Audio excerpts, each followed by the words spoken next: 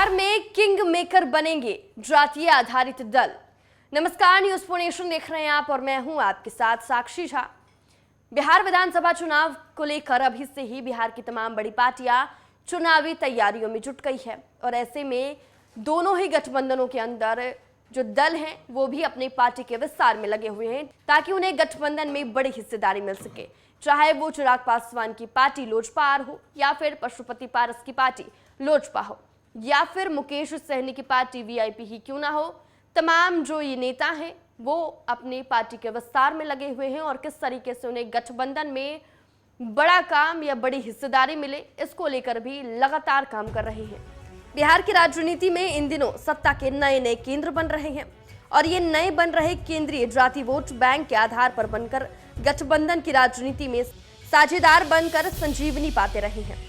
आगामी बिहार विधानसभा चुनाव के मद्देनजर ये बनते सत्ता के नए केंद्र इन दिनों खुद को मजबूत करने में लगे हैं। तो चलिए जानते हैं कि बिहार की राजनीति में जातीय आधार पर बनी पार्टियां वो कौन है जो हिस्सेदारी की लड़ाई में मजबूत करने में लगी है।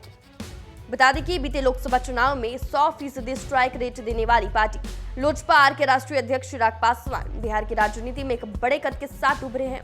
अब वो आसपास के राज्यों में भी ताकत का विस्तार करते नजर आ रहे हैं। इस सोच के साथ लोजपा आर की बैठक भी झारखंड में हुई। बैठक को झारखंड में पार्टी के विस्तार के रूप में देखा जा रहा है। पार्टी यहां एनडीए के साथ लड़ेगी या अकेले ये भी तय नहीं है, पर चुनाव जरूर लड़ेगी। पार्टी के विस्तार के पीछे गठबंधन की राजनीति में ज्यादा से ज्यादा हिस्सेदारी पाने का दबाव महत्वपूर्ण होता है और ऐसा नहीं हुआ तो अकेले दम पर चुनाव लड़कर अप्रोक्ष रूप से हार जीत का कारण बने। लोजपा ने अपना ये स्वरूप 2020 विधानसभा चुनाव में दिखाकर जदयू जैसी नंबर 1 पार्टी को नंबर 3 की पार्टी की हैसियत में लाई। वहीं लोजपा से टूटकर बनी राष्ट्रीय लोक जनशक्ति पार्टी अपने राष्ट्रीय अध्यक्ष पशुपति पारस के नेतृत्व में आगामी बिहार विधानसभा चुनाव में एक फैक्टर बनने जा रही है। पशुपति पारस ने लोकसभा चुनाव में एनडीए का समर्थन करते एक भी सीट पर चुनाव न लड़कर अपना दावा बिहार विधानसभा में मजबूत बनाया है। अभी तक तो विधानसभा में इनकी दावेदारी सामने नहीं आई है, लेकिन जिस ढंग से भाजपा के राष्ट्रीय अध्यक्ष जेपी नड्डा और गृह मंत्री अमित शाह ने पशुपति पारस की पीठ पर हाथ रखा है, वो भी आगामी विधानसभा चुनाव के लिए महत्वपूर्ण ताकत तो बन ही सकते हैं। वहीं बिहार की राजनीति में मल्लाह वोट के आधार पर खड़ी वीआईपी अपना वजूद विशेषकर उत्तर बिहार में विस्तार कर चुकी है। आगामी विधानसभा चुनाव को लेकर वीआईपी के नायक मुकेश सहनी तो फिलहाल महागठबंधन के साथ खड़े हैं, लेकिन इनकी राजनीति एनडीए के साथ भी चली है। बिहार विधानसभा चुनाव में ये एक ताकत तो है, पर किसके साथ जाएंगे इस पर अभी विराम लगा है।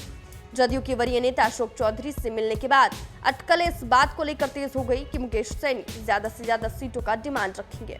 जो गठबंधन उन्हें ज्यादा सीट देगा उधर जा सकते हैं। वहीं आगामी विधानसभा चुनाव को लेकर राष्ट्रीय लोक मोर्चा के अध्यक्ष उपेंद्र कुशवाहा अभी पार्टी को सांगठनिक मजबूती देने बिहार की यात्रा पर है। इनके राजनीति का आधार कुशवाहा वोट है। अपने इस वोट बैंक के साथ उपेंद्र कुशवाहा गठबंधन की राजनीति कर चुके हैं, लेकिन इस राजनीति में सहमति के साथ रिश्ते आगे नहीं बढ़ते तो गठबंधन से अलग होने में देर भी नहीं करते। बात नहीं बनी तो उन्होंने केंद्रीय मंत्री पद तक छोड़कर एकला चलो की राह पर भी चल पड़े। वहीं मुस्लिम वोट की राजनीति के साथ एआईएमआईएम के बिहार की राजनीति में अकेले दम पर भी एआईएमआईएम के चीफ ओवैसी चुनावी खेल रख चुके हैं। हालांकि विधानसभा में कई सीटें जीतने वाले एआईएमआईएम राजद के उम्मीदवार को हराने का कारण भी बने हैं, इसलिए कभी कभी इन पर आरोप भाजपा की बी टीम का भी लगता रहा। तो देखिए, बिहार में कई ऐसी जातीय आधारित पार्टियां हैं जो इस बार अपनी पार्टी के विस्तार में और ज्यादा से ज्यादा सीट जो भी गठबंधन देगा उस गठबंधन में जाने की कोशिश कर सकते हैं, गठबंधन में जाने की राह पर निकल सकते हैं।